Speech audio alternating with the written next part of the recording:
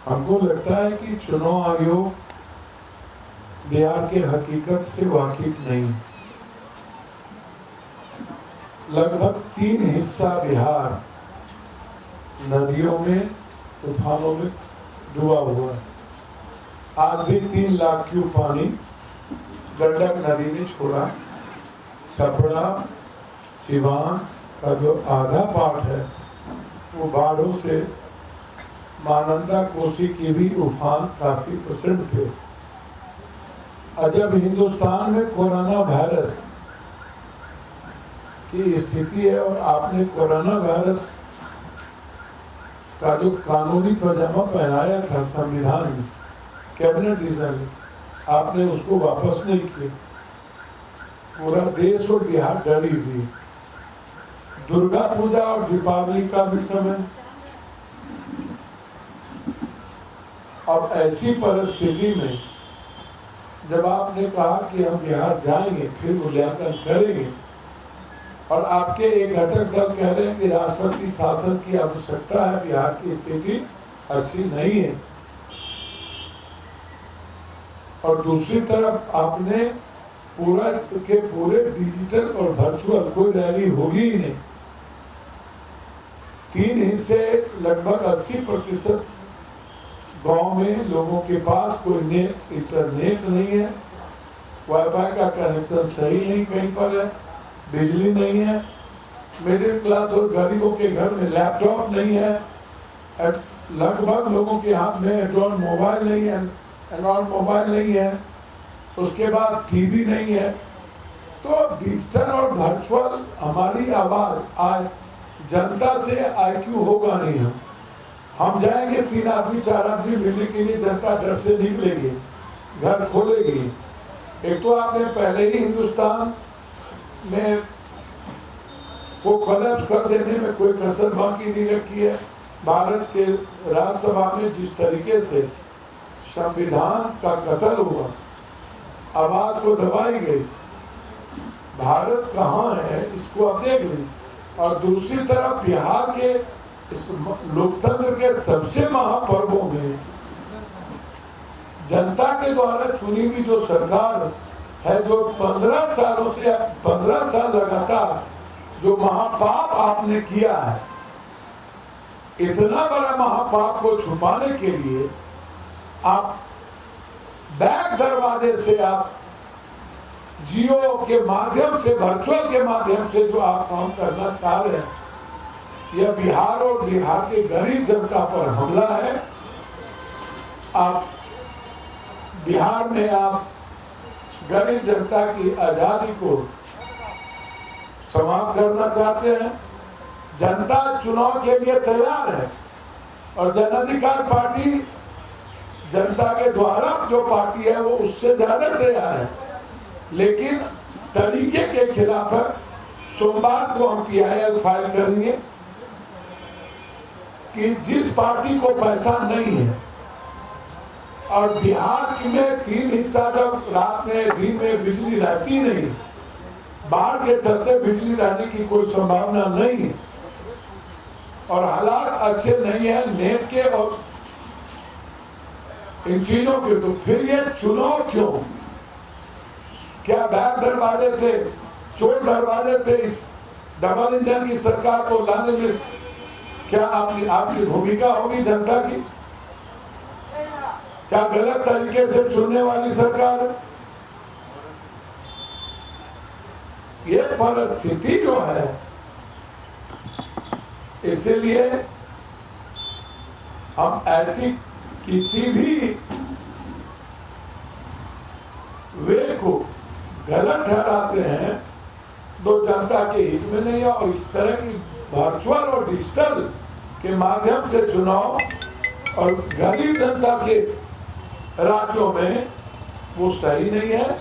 इसलिए हम सोमवार को PIL फाइल करेंगे कि आप हमें जनता से क्यों होने दीजिए, आप हेलीकॉप्टर और लोगों के बीच हमें जाने दीजिए, 10 गाड़ी का कम से कम परमिशन दीजिए, साथ साथ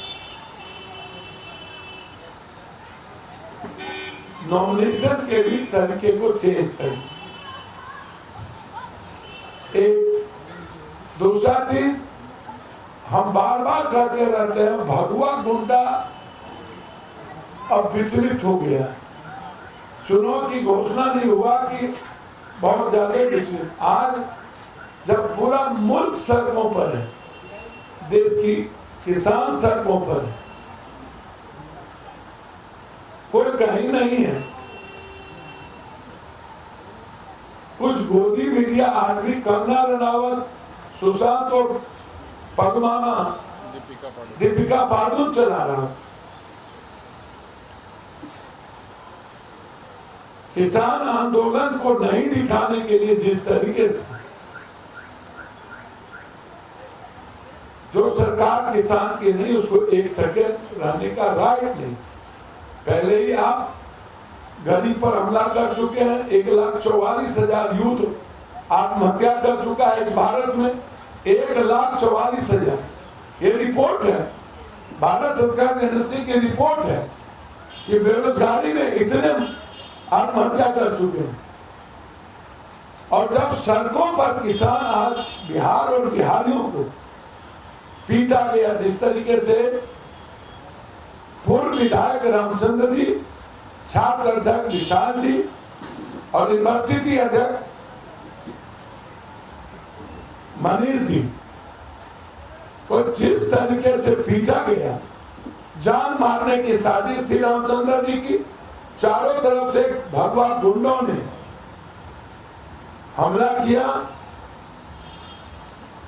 ये सरकार गुंडई पर उतर चुकी है। गाड़ी को क्षतिग्रस्त की गई। इसीलिए हम मांग करेंगे कि अविलंब केस हो। जनता तो जवाब देगी ही, लेकिन हम जनता को ये बताना चाहते हैं, महागुंडे लोग बैठे हैं लोकसभा विधानसभा, और उसके जो गुंडे लोग हैं वो बैठे हैं बीजेपी के दफ्तर में। और अब हिंदुस्तान के 130 करोड़ लोगों की आवाज और किसानों की आवाज को दबाने के लिए जिस तरह जगदेव बाबू को मार दिया था पीटते पीटते, उसी तरह लोकतंत्र की लड़ाई लड़ने वाली जन अधिकार पार्टी पर हमला किया गया। जन अधिकार पार्टी जवाब देना जानती है, लेकिन हम संविधान के साथ खड़े होंगे और बीजेपी को आगाह करते हैं कि गुंडाई बंद करिए। ये गुजरात नहीं है। बिहारी जवाब देना जानता है। गुजराती के भरोसे जिंदा और रहने वाला बीजेपी आपकी कितनी हैसियत और औकात है पता है। इसलिए मुख्यमंत्री जी आप एफआईआर लॉन्च करिए, अन्यथा कोर्ट में हम लोग एफआईआर के लिए आगे बढ़े। लेकिन बीजेपी दफ्तर अब जहां विधायक जी को मारा गया, आप देखिए सड़कों पर कहां विधायक जी बैठे हुए। विधायक जी बैठे हुए कहां हैं? और यदि हमारा कोई एक वर्कर बीजेपी के गेट के बाहर गया तो पुलिस ना हमारे वर्कर को अरेस्ट करेगी, या भगवा गुंडा मारेगी, लाठी छोटा भाला फरसा निकाल करके। बीजेपी के दफ्तर में गुंडा बैठाते हैं आप, लाठी भाला लेके। विधायक जी कहां बैठे हुए हैं और घेर करके जिस तरीके से हमारा हेडी जोड़ी है, पूरी दुनिया ने देखी है। अंतिम किल साबित होगा इसके लिए। आज चुनाव आयोग ने घोषणा किया और आज ही अंतिम किल साबित होगा। हम लोग एक मिनट भी आप कहीं नहीं रुकेंगे। संबोधित हिंदुस्तान में आवाज दी, बिहार जगा हुआ है। हिटलर का शासन को खत्म करेंगे, जनता आ रही है। गए और घूम करके फिर हम लोग आ रहे थे और हमला कर दिया। लेकिन आपके कार्यकर्ता सबसे पहले गेट पर जाके हंगामा करते हैं। एक आदमी हंगामा होता है, ताला लगा और हंगामा होता है। दर्जनों कार्यकर्ता वहां पे थे। तस्वीर भैया मेरे सब तस्वीर है, सब तस्वीर है। कार्यकर्ता यदि वहां पर आप आज वर्चुअल आज पूरा देश सड़क पर है, तो जो किसान का विरोधी है उसके आगे में हमको बैठने का डेमोक्रेटिक राइट है ना, तो आप पुलिस ने अरेस्ट करेगी कि गुंडाई करिएगा, आप लाठी वाला से वार करिएगा? मेरा ये सवाल है। यदि गलतियां कुछ हुई होगी तो पुलिस उस पर कार्रवाई करती। मानते हैं कि आपके कार्यकर्ताओं की भी गलती है? भैया क्यों माने? किसी भी डेमोक्रेसी अधिकार है कि हम किसी के घर पे नहीं, किसी के दफ्तर के आगे मंत्री को रोका जा सकता है, मुख्यमंत्री को रोका जा सकता है, वो जनता का चुनाव हुआ है। किसी के परिवार पर हम इसके सख्त खिलाफ होंगे। जनता के द्वारा चुनी हुई जनप्रतिनिधि को लोकतंत्र में सामना करना पड़ेगा, और उसके लिए उसका बॉडीगार्ड गोली चला है और भगवा गुंडा लाठी चला है और जान से मारने की साजिश, ये गलत।